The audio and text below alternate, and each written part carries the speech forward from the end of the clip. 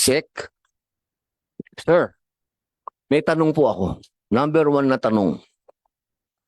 Ang dami pong kumakalat na mga sinasabi nila sila daw ay may mga lisensya na mag-offer ng Hajj. Sa inyo po ba, sino po ba talaga yung mga, pwede po ba kayong maglabas ng mga listahan kung sino yung mga pwede talagang mag-offer ng Hajj? Meron po ba kayong listahan ng mga travel agency? Sa SEC, sa inyo po? Di ba sa inyo nagpaparehistro yung mga yan, mga travel agency?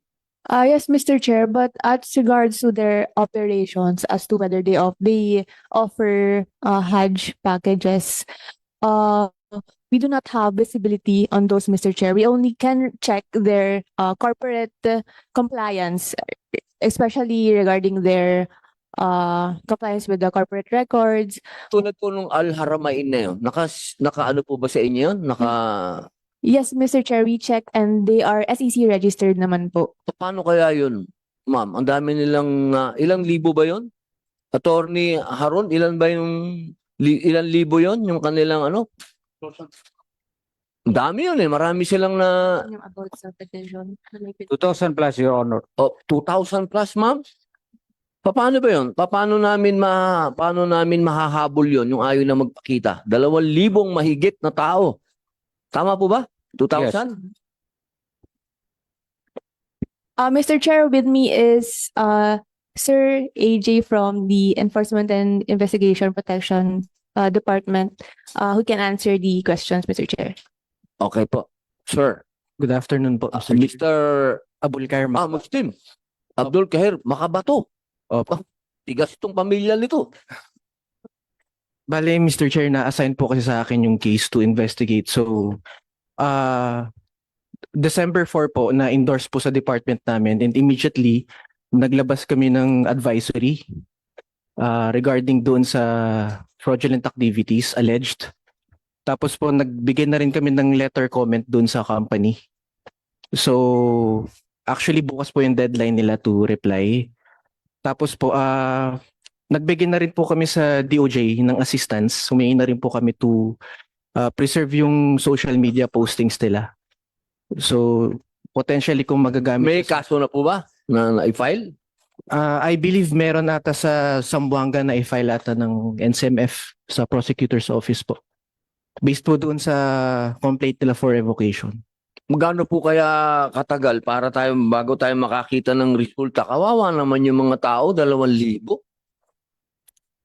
Alam mo naman, kapatid ka namin sa Muslim, di ba po? Alam mo naman, yung niyat ng tao na mag-Hajj, hindi yung pera lang eh. Buong buhay mong hinahangad yun. Sorry kung na medyo naiyak ako, brother, kasi balik Islam ako eh. Masyado kong binavalue yung Hajj. Tapos mawawala. Lolokohin ka ng kapatid mo din, masyadong masakit yun. Oo, sana mabilisan natin yung takbo ng hustisya. Kasi pinag-ipunan nito, kapatid. Marami dyan nagbenta ng kalabaw, lupa. Umasa sila na makaalis. Sana dumating yung panahon na ma-actionan natin ito dahil hindi lang ito ngayon nangyari. Paulit-ulit na ito na may ganitong klaseng. Hindi ko nga masabi kung anong word ang gagamitin ko sa.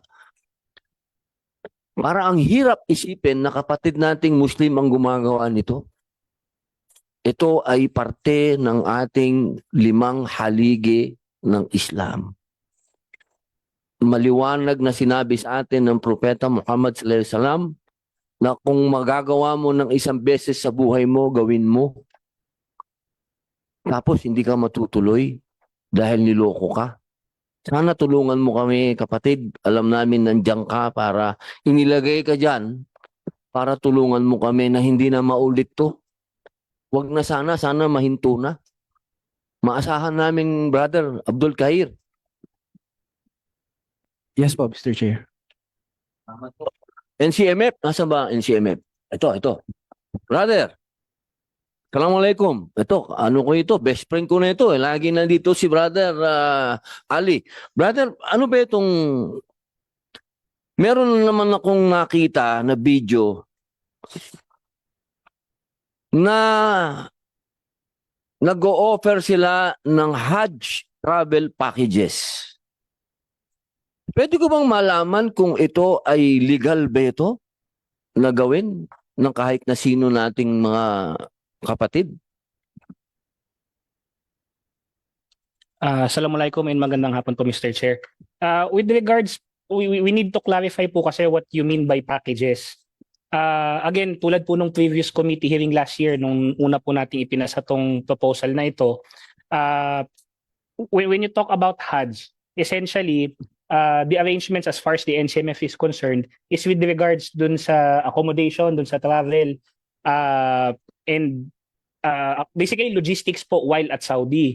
Now, insofar as NCMF is concerned, yung serbisyo kung binibigay namin sa tao is yung pag-secure nga ng specific na yon. But we cannot consider it as a package in the sense na commercial, sabihin nating travel tour package of that sort. I think that would be a disservice dun sa ginagawa. Kasi in reality, yung po yung necessary services required para makapag-perform ka ng Hajj to begin with.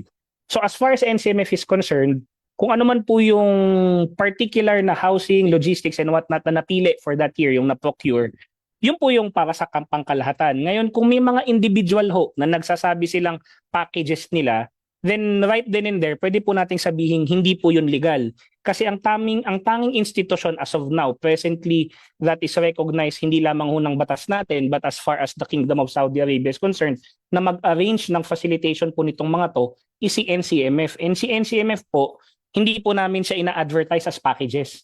Kasi to begin with, when you say packages, parang ang assumption mo dyan, may choices ka.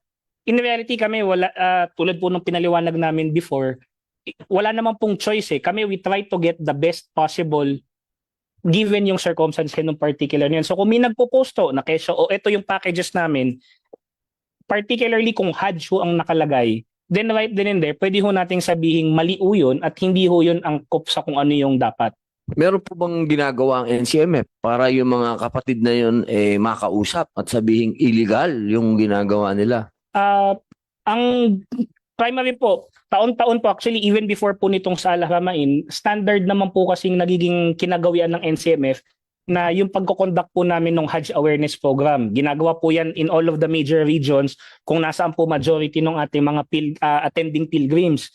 Part po ng ating Hajj Awareness Program is informing them sino yung mga sheikhs na pwede nilang lapitan, na pwede nilang idulungan para i-perform yung kanilang Hajj, as well as kung sino man po yung mga travel agencies na pwedeng mag-facilitate nung airfare lamang nila. Again, yung Al-Aramain, dumaan ba sa inyo yun? Yung Al-Haramain po, for matter of disclosure, 2020, last silang, they were actually accredited as travel agency nung 2024 po. But kailangan po naming linawin. Pag sinabi po nating travel agency, ang tanging nilang ginagawa or ang tanging pinoprocure na services sa kanila is airline ticket. Wala pong ibang bagay. However, yung visa po, lahat sa kay NCMF po yan. Ticket lamang po. Literally, pag-facilitate ng booking ng ticket. Ngayon po, si Al-Haramain, after 2024, hindi na po siya na-renew as accredited travel agencies because of, actually po, may marami pong transactions na nagka-problema sa kanila at minabuti na hong hindi ma-renew yung kanilang accreditation. So, nung nangyari po itong issue kay Al-Haramain, medyo na-caught off guard din po kami kasi hindi namin inisip na maglalakas loob silang sabihing gawin nga po kung ano man po yung kanilang mga ginawa. Kasi to begin with, alam nila ticket lang ang pwedeng igawin ng travel agencies once you transact with the NCMF. At alam din po nung, andito po, may mga travel agencies po tayong nandito, alam po nila ticket lang ho ang fina-facilitate nila sa Hajj operations. Wala ho silang ibang participation other than ticket.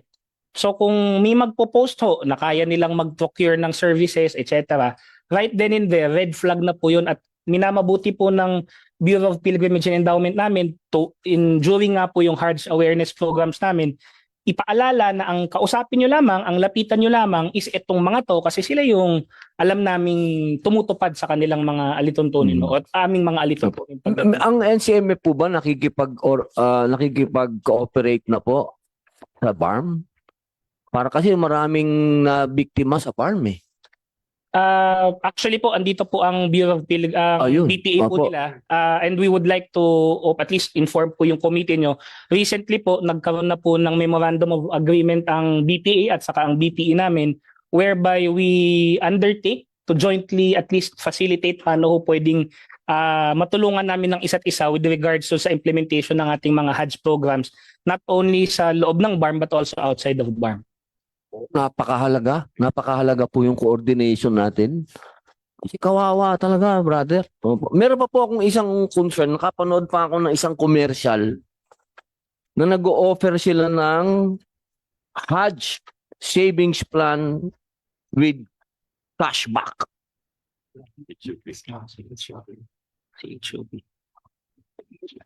Meron po bang ganito sa NCMF? Nabigay din po sa attention po namin actually with regards dan si Hajj and Umrah plan. Nung nabigay po sa attention namin po tong matter na to, minabuti po ng opisina namin na kausapin po sila. Now, insofar as yung Hajj activities nila are concerned, which is yun po yung directly meron kaming concern, yung activities po nila is actually coursed through the NCMF. Hindi po sila nagfa-facilitate ng sarili nilang activities. It just so happens na yung, again, nilinaw din po namin yan kasi yung tungkol po dyan sa binanggit yung advertisement, binanggit po namin na insofar as yung financial aspect, yung financial product is concerned, tinanong namin sila kung it's the type of product that would require necessary secondary licenses. Ang commitment naman po nila is that if part nga yun ng kailangan and they will undertake to secure the necessary license, meron po silang ganong commitment sa amin. But insofar as yung Hajj, particular Hajj nila, part po yung normal na proseso ng amin. Yung other aspect po nung kanilang post, na pinuna na rin po namin, binigay namin sila, although labas po yun sa aming mandato, meron na pong pag-uusap na aayusin man nila kung ano man po yung kailangan nilang ayusin patungkol dyan. Opo, dapat siguro dahil meron din pong nagpapasalamat po tayo sa SEC, may ang ganda ng advisory nila. Dapat siguro maging maagap po tayo, brother, yung mga ganito. Hindi naman natin sila hinuhusgahan. Opo. Pero meron tayong gobyerno kasi na kailangan natin sundin. May mga proseso tayo na kailangan sundin bago ka mag-advertise. Lalo na yun, kumukuha sila ng pera eh. Parang ang nangyari, pwede mo daw hulug-hulugan. Uhulug-hulugan mo yung pag-hajj mo. Hanggang sa makapag-hajj ka, parang financing na to. Pagka ganitong financing, ibang lisensya na ito. Opo, Mr. Oo. Chair, actually yun po yung binanggit namin sa kanila that they should tread very carefully kasi as much as yung mismong Hajj, ginagawa nila ayon sa dama, yung very thin line po nga yung ginagawa nila dahil andito pong SEC. Yung ganong klaseng aktibidades requires a secondary license. Opo. Kinumit naman po nila, at as far as we are concerned, kinumit nila that if and when that is necessary, they'll do it. So ang akin po, I think, Huminto pa po. Huminto na po sana muna sila. Huminto na muna. sa Medyo. pagkakaintindi po namin, Mr. Chair, I think sa kanila, tulad po nung sabi nyo, siguro medyo na-excite sa pag-post. I think, kasi tama po kayo eh. It's one thing na sabihin mong ginagawa mo. It's another. I-class yun eh. I-class. Opo. Gusto mong tumulong pero So, may batas tayo. Tama po, Mr. Parang Chair. ano yan eh. Parang yung gustong-gusto mo nang mag-drive. Dahil may kotse sa harapan mo pero wala ka naman lisensya, wag muna. Tama po. Oo, sana parang ganun lang yun eh. Oo. Meron kang pera, gusto mo magnegosyo, teka muna, kumuha ka muna ng business license. Yung ganun lang po. Sana maintindihan ng mga kapatid natin, hindi po namin kayo nuhusgahan. Kawawa lang po yung mga kapatid natin na ang dami-dami na po, alam nyo ho. Kaya po ako masyadong concerned dito dahil hindi pa po ako senador, problema na itong Hajj. Kaya sana maayos po natin bago matapos ako dito sa 2028. Sana maayos na natin para hindi naman sayang yung pagkakaroon po natin ng Muslim senator Kasi alam nyo, pag ako nandun sa lounge ng mga senador, 24 ho kami. Pag yung 23, pinag-uusapan nila yung HUDs na nagkakaroon ng lokohan sa HUDs, masakit. Napakasakit po para sa akin. Siguro kung hindi Muslim yung senador, hindi wala sa iyo yun. Pero pag Muslim ka, napakasakit po kasi part yun ng religion natin. Kaya sana po magtulungan po tayo na maayos natin ito. Opo, wala na po akong oras kaya baka may gustong sabihin yung mga kapatid natin doon. Sige po, Attorney Haron. أعوذ بالله من الشيطان الرجيم بسم الله الرحمن الرحيم. Mahal na Senator, regarding the issue of the Al Haramain, I think this is already settled that the crime of syndicated estafa has been committed. So I asked some of the victims to provide an evidence of payment so that we can file an appropriate action for syndicated estafa po. So ang nakikita po natin dito ay the only solution to prevent this annual Hajj scam is the privatization of the Hajj. Considering that the NCMF is acted as quasi-travel and tours, quasi-service provider, which is prohibited by Republic Act 9997 because it provides under such RA Section 11, Paragraph A, that in no case shall the NCMF shall collect payment or shall force the pilgrims to buy logistics, materials, and supplies from them, from the NCMF or from their authorized agent or representative. So ang nangyayari dito, because of these nuances, na yung mga tao ay nalilito. Dahil itong Republic Act 9997 ay pinagbabawal ang NCMF to collect payment. So ang nangyari, the NCMF used the SAIC to collect overcharge so that after payment of such overcharge, the NCMF will get the money and there is no transparency kung saan pumunta ang pera. Ito po ngayon ang problema natin ngayong 2026 Hajj. Mayroon ding issue ngayon. Itong 2024 at saka previous, ito rin ang the same issues. There is a repetition of the crimes because itong publish ng NCMF, itong schedule of 2026 Hajj phase, nakalagay dito, mandatory phase, $675.80. Itong nakalagay dito, yung mga ground services, electronic service, camps, based in Mina, transportation, ay covered by this Masa Air Service Package D na pinapabayad ng $942. There is a double charges. Kawawa naman itong mga may hirap na dalawang binabayaran nila para lang mapalaking bayad. Tapos ito namang transportation fee, $274 ay times 3 yung binabayaran kasi kung tutusin, ang binabayaran doon 5,000, ito more than 15,000 binabayaran doon sa transportation. Kung tutusin ito ay 5,000 lamang. So ito po, we are demanding this committee to ask the NCMA to explain where the money paid this $3,300 kung saan pumupunta. Gusto po namin ng transparency. Dahil yan po ang gusto ng Commission on Audit during 9th Congress that we already established this mishandling of Hajj that this 9th Congress recommended the filing of appropriate action, recommended to the Commission on Audit, the Ombudsman, the Sandigan Bayan, IBP, to the concerned government official in the NCMA who mishandled this Hajj. That is why the privatization of the Hajj is the only solution to save the NCMF official from benefiting these crimes. Kasi po mayroon na silang recommendation na kakasuhan sila para po hindi po sila makasuhan, i-privatize na ito para mawala na po itong mishandling of Hajj. Mawawa po tayo. Because otherwise, if we will not follow the Republic Act 9997, it should be none at all. You are government employees. You must uphold the rule of law because ours is a government of law and not of men. We must respect the law. Otherwise, none at all.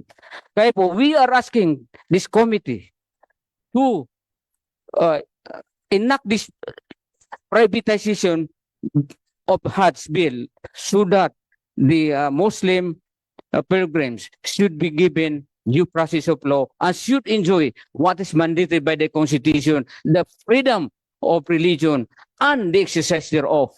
As I have a client, a Catholic who pilgrims in Vatican. My client paid only 180,000 where he will travel to 12 countries and 2 months. Where in fact this Hajj is only one country. And will travel only 30 days. But the payment is overpriced for $3,300. Almost $500,000. This is injustice, mahal na senador. Kaya gusto hinihingi po namin na mabigyan ng transparency ngayon, 2026 ang payment of Hajj, kung saan pumunta, saan ibinigay. Kailangan namin makita yung mga resibo. Kailangan po namin na ma-privatize na ito kagad para mabigyan natin ng pagkakataon ang mga travelantors na maka-organize ng mga psych. Yung mga psych na yan ay bibigyan nila ng salary, monthly salary, na kung may mga lapses yung mga psych ay babayaran ng travelantors.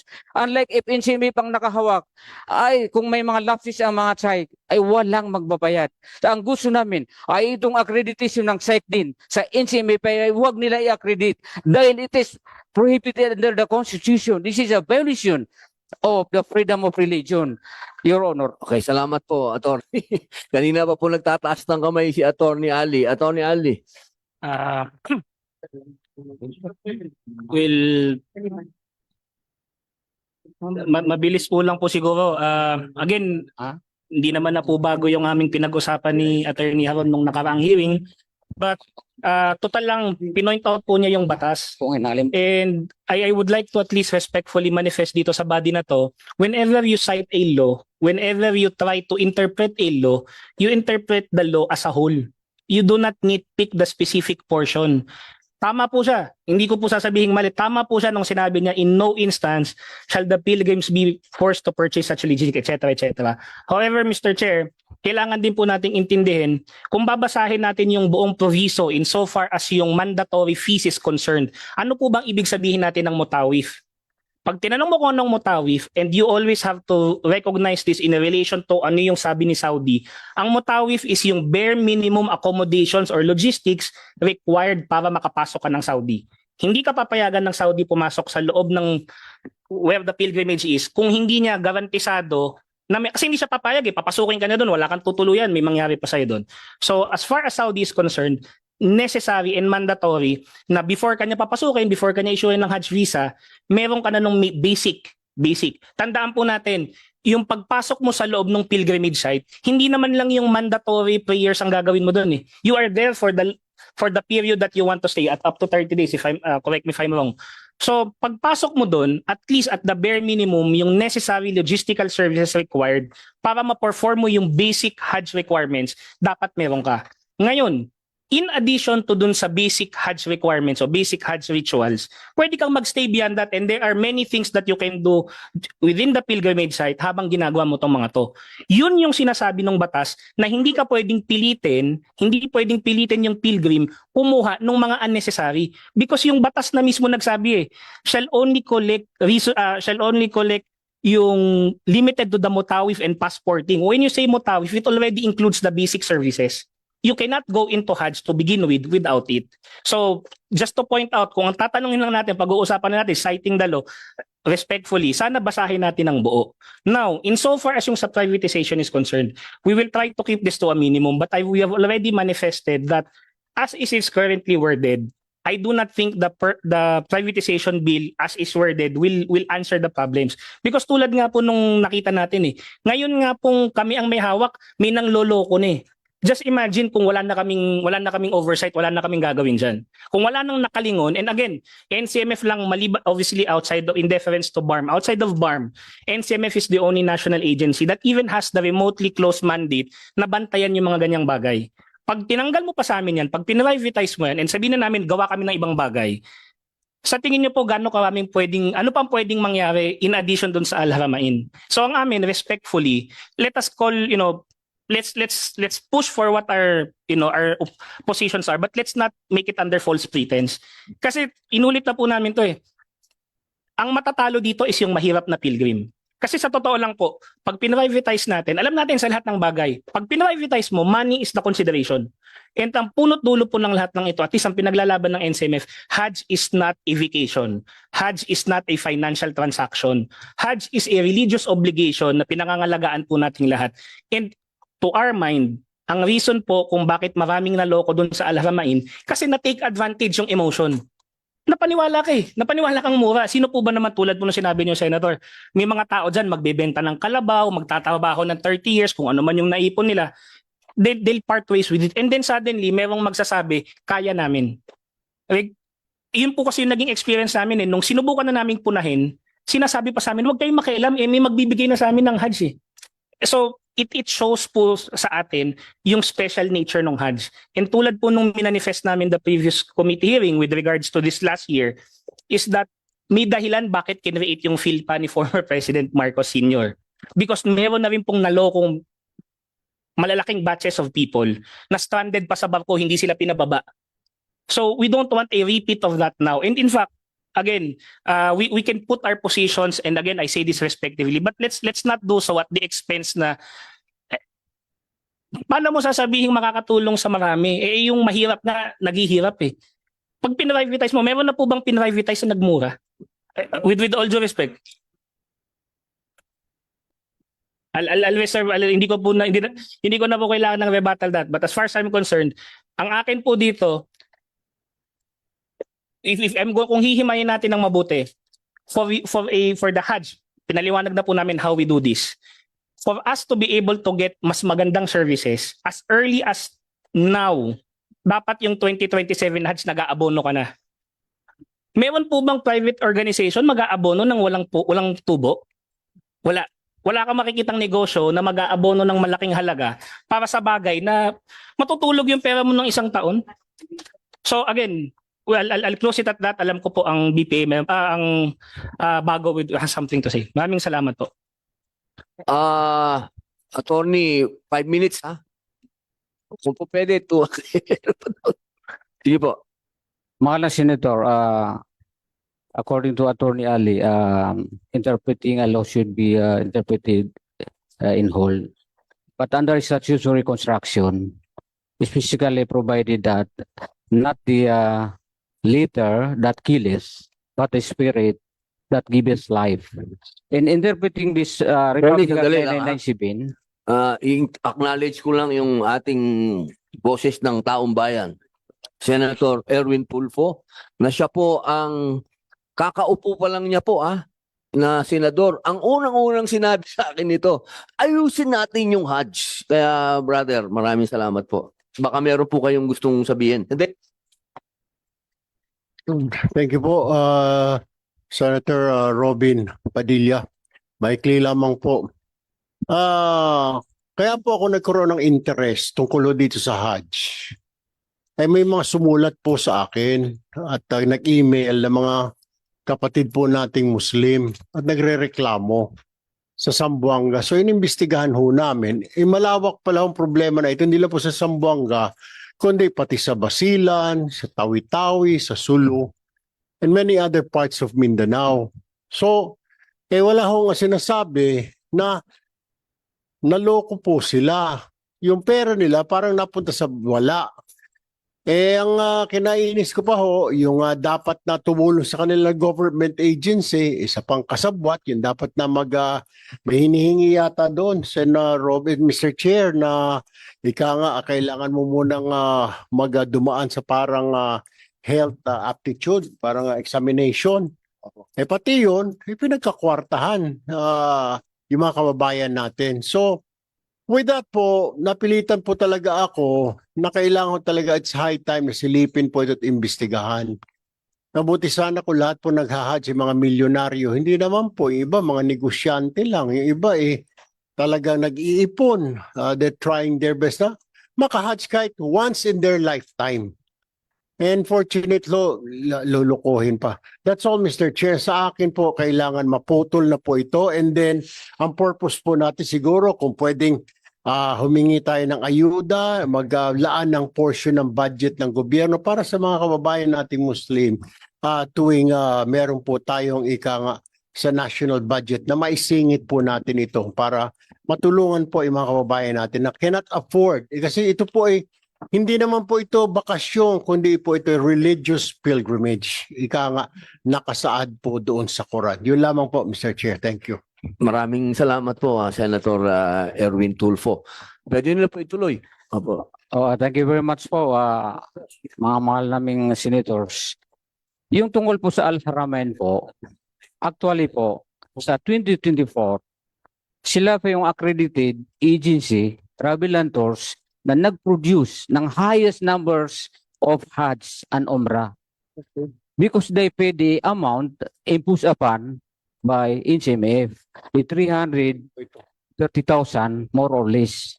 However, in 2025, dahil sila ay nag-collect ng murang payment of Hajj, 80,000 or 100,000 or below, hindi po sila nabisahan ng NCMF kasi po, hindi sila nagbayad kung anong gusto ng NCMF.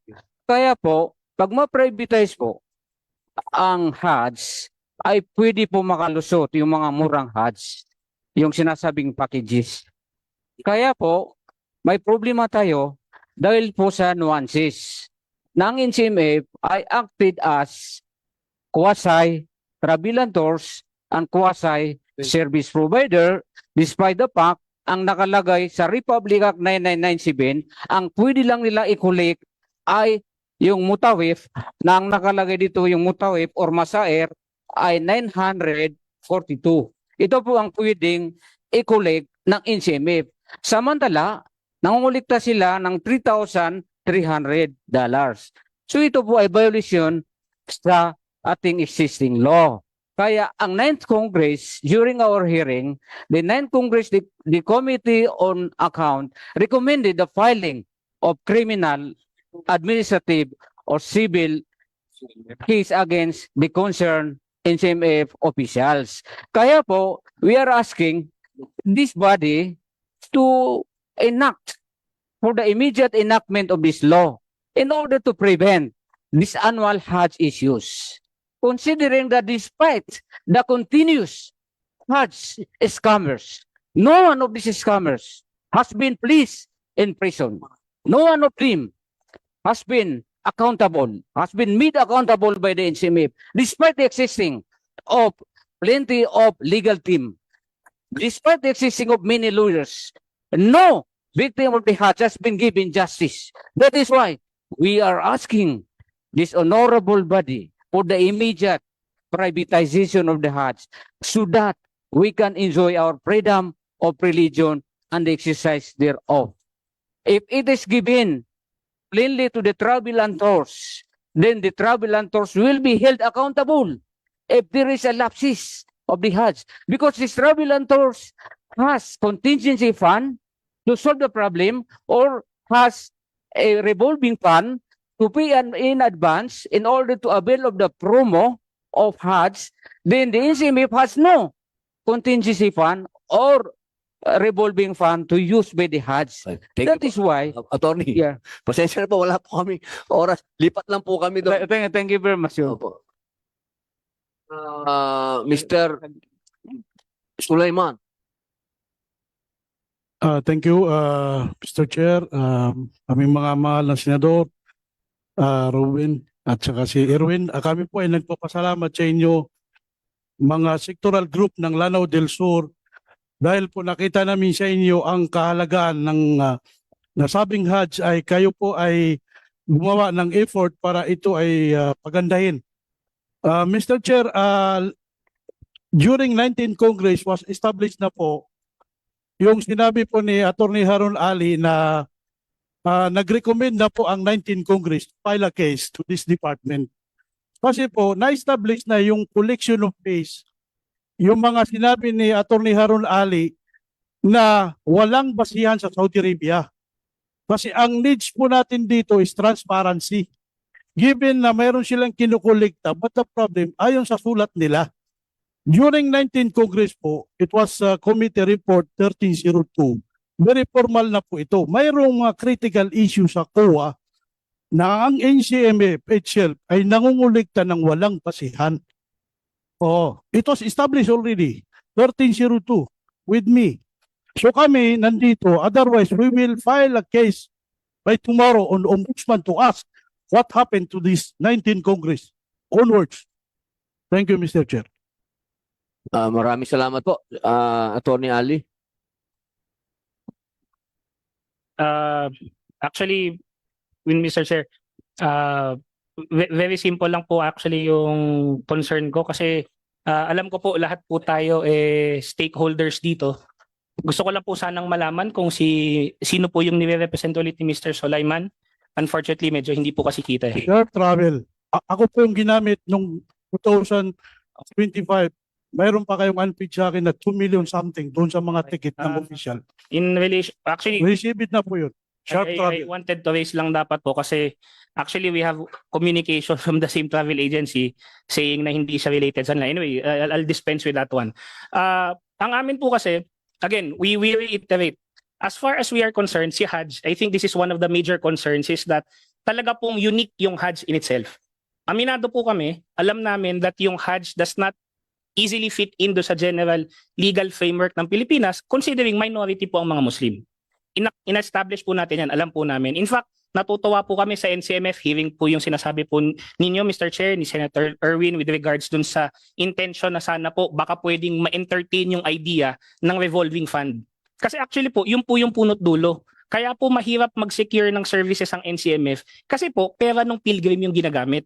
Pero ang nangyayari po kasi as a matter of practice sa Saudi, yung services, yung locations, ang kapupunta, all of these logistics, sinisecure yan on a first come first serve basis. Minanifest na po namin more than 2.8 million pilgrims annually on average ang uma-attend. Tayo po, nagre-range lang tayo from 5 to 7,000 pilgrims. So tayo, wala pong incentive yung mga providers, yung mga logistical providers na bigyan tayo ng priority. In fact, ang madalas pong nangyayari, kung ano na lang po yung natitira. Again, we acknowledge hindi po perfect ang sistema. Alam po namin yan. Kami po nahihirapan. In fact, be our guest, kung pupunta siya ng ombudsman, wala naman po kaming magagawa. Yan nga po yung one of the strengths of the current system. Pwede po kaming ipa-ombudsman.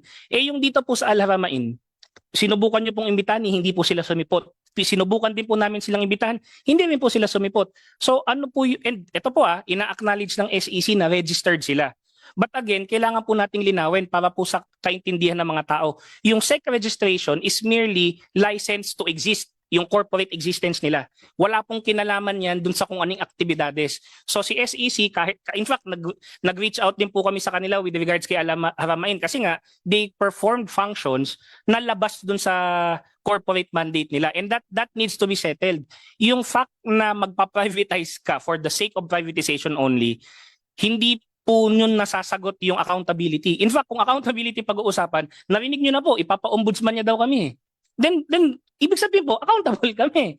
Yung sa Al-Haramain, napasipot po ba natin sila? Hindi po, kasi nga, again, sa SEC, and this is not SEC's problem, it's just that you cannot also control yung registration Okay. process. But madali po. Pasensya na po, attorney, talagang pinapatawag na po kami na magse-session na raw po. So, gusto ko man pong di na kayo nakapagsalita. Opo, please. Opo, lahat po. Pasensya na po kayo. Isususpend muna po namin ito para iwalay na araw na kayo lang. Pasensya na po kayo. Officially po, sinususpend muna po namin ang pandinig na ito. Maraming salamat po.